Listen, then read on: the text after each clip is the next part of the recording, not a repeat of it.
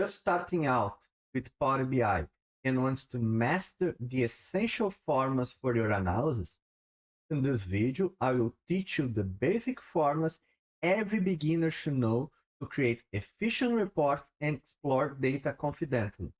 If you want to build a solid foundation in Power BI, don't miss out this lesson.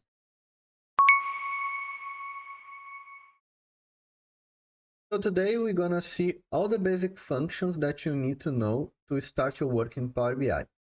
As you can see here, I already had a table that contains the list of years that we're gonna use to insert our measures, okay? And here, the first step we need to do is create a table specific for measures. How can we do that? We can go in Home and enter data. Now I'm gonna name it measures and just gonna load. As you can see here, it created a blank table with just one column. Now that we have our measure table, I'm gonna create our first one. I just click with the right button of the mouse and go in new measure. Let's start with the most basic function, the sum function. I want the total sales, so I'm gonna use the sum of what? Sales amount. I don't want to explain the tables here because it's not the goal of the video. So I will just assume that you know what I'm talking about. Okay, so sales amount is as the name said, amount of sales for each row in our table. So that's what we're gonna use. Okay, so if we put our measure here, you see that it has summed all the sales amount for each year. After we create our first measure, we can delete this column here. You just click with the right mouse and go to delete from model. As you can see now, the symbol has changed from a table to a calculator. That is an indicator that this is a measure table. Okay? Great. Now let's go to our new measure. And now we want the average of the sales amount. So average sales. That is the average of sales amount.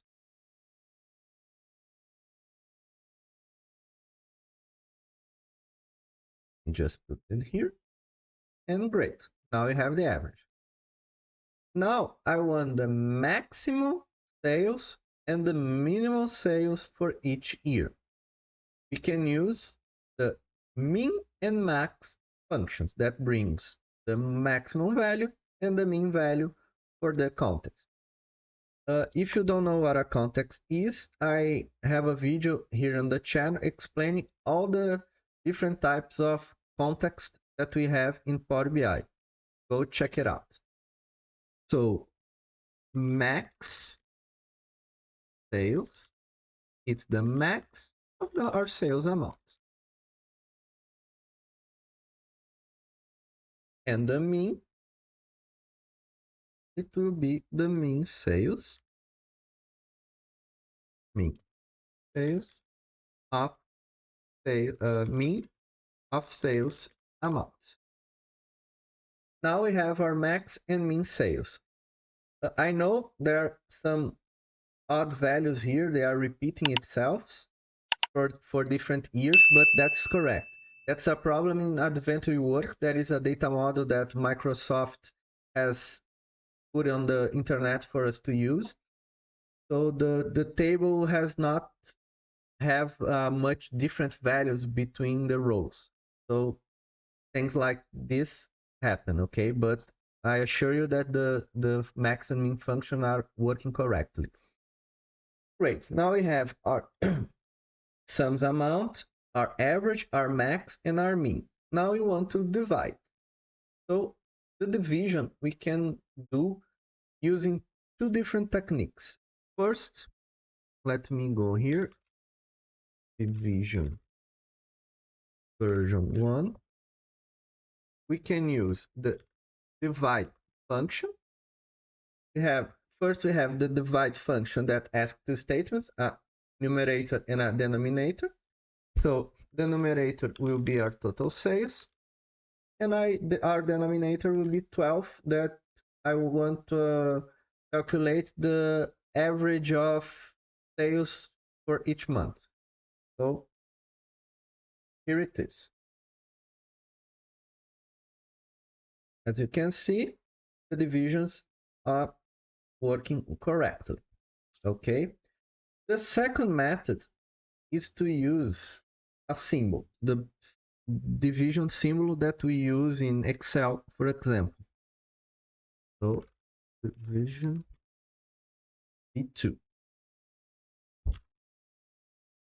Oh, sorry, hit enter. We can go to the total sales divided by 12.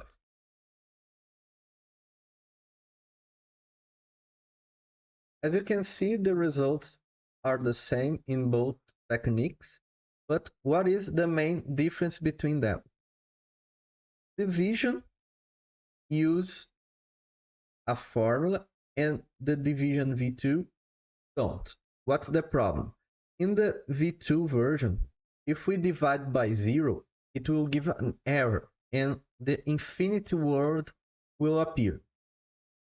On the other hand, in the version using the function, that error not occur. The function is prepared to deal with divisions by 0. Let me show to you. If you go to this division 2 and I change here from 12 to 0, it will appear infinity. If I change here in the function, it will show blank. Okay?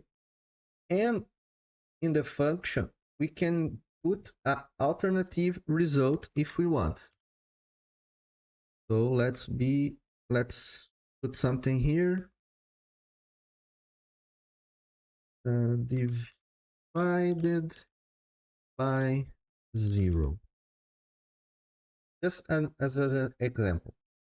As you can see now, it will behave accordingly for the value that we insert in the alternative value.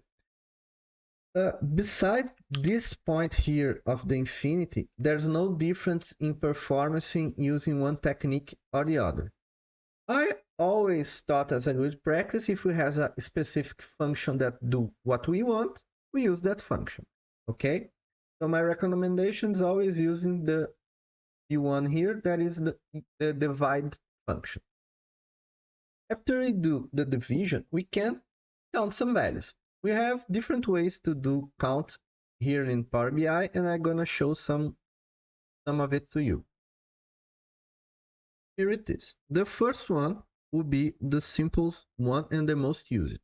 The function called count rows. What count rows do?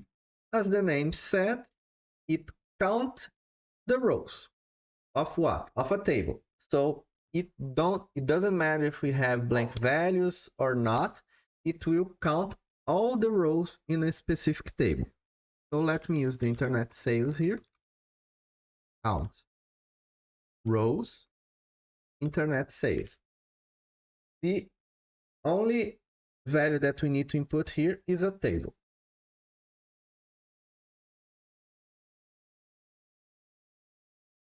Here it is. Now we can use a different approach and count using the count function. What the count function do? It counts the numbers in a column. So we need now to specify a column to do the counting. And I want to do my sales order number. That is the specific order number for each sales. As you can see, the numbers are exactly the same. Why is that? Because we don't have blank values in our column. The count function, every time we have a blank row, it will not be included in the counting. It counts duplicated values, but doesn't count blank rows. Okay? We can also count the distinct number of a specific column. How can we do that? Using the distinct count function. Distinct is equal to distinct count of f of sales order number.